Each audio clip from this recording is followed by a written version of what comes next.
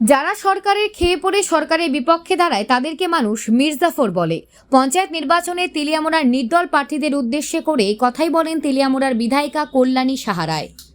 ভালো, মানুষের বিপুল উৎসাহ, মানুষ আসছেন, ভোট দিচ্ছেন এবং খুব সুন্দরভাবে ভোট হচ্ছে।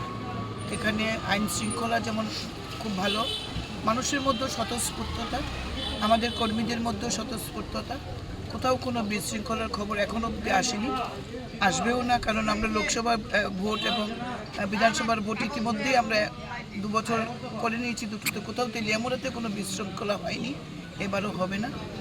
তো ভালো, মানুষের মধ্যে প্রচুর সাড়া আমরা পাচ্ছি।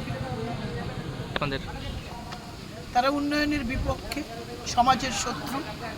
কারণ যারা প্রার্থী দিয়েছেন তারা কংগ্রেস সিপিএমের মানে সিম্বলে কিন্তু লড়ছেন না। রাজ্যে বিরোধী দল থাকবে, গণতন্ত্রে বিরোধী দল থাকবে। বিরোধী দলের হ্যাঁ, নির্দলও একটা বিরোধী দলের মধ্যেই বলা চলে, কিন্তু এই রাজ্যে কখনো কোনো বিরোধী দল থেকে এইভাবে নির্বাচনে প্রতিদ্বন্দ্বিতা করে জয়লাভ করাটা কঠিন। তো জয় তাদের পক্ষে এটা অসম্ভব, কোনোভাবেই তারা কম্পিটিশনে নেই। ও নির্দল প্রার্থী দিয়েছেন, কারা দিয়েছেন আমরা জানি।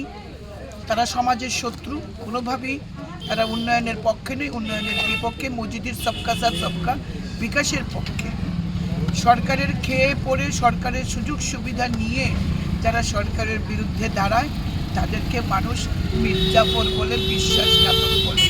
সুতরাং এই নিয়ে আমার কোনো বক্তব্য নেই। ফলে পরিচয় হবে, রেজাল্ট বেরো, মানুষ আমাদের সাথে।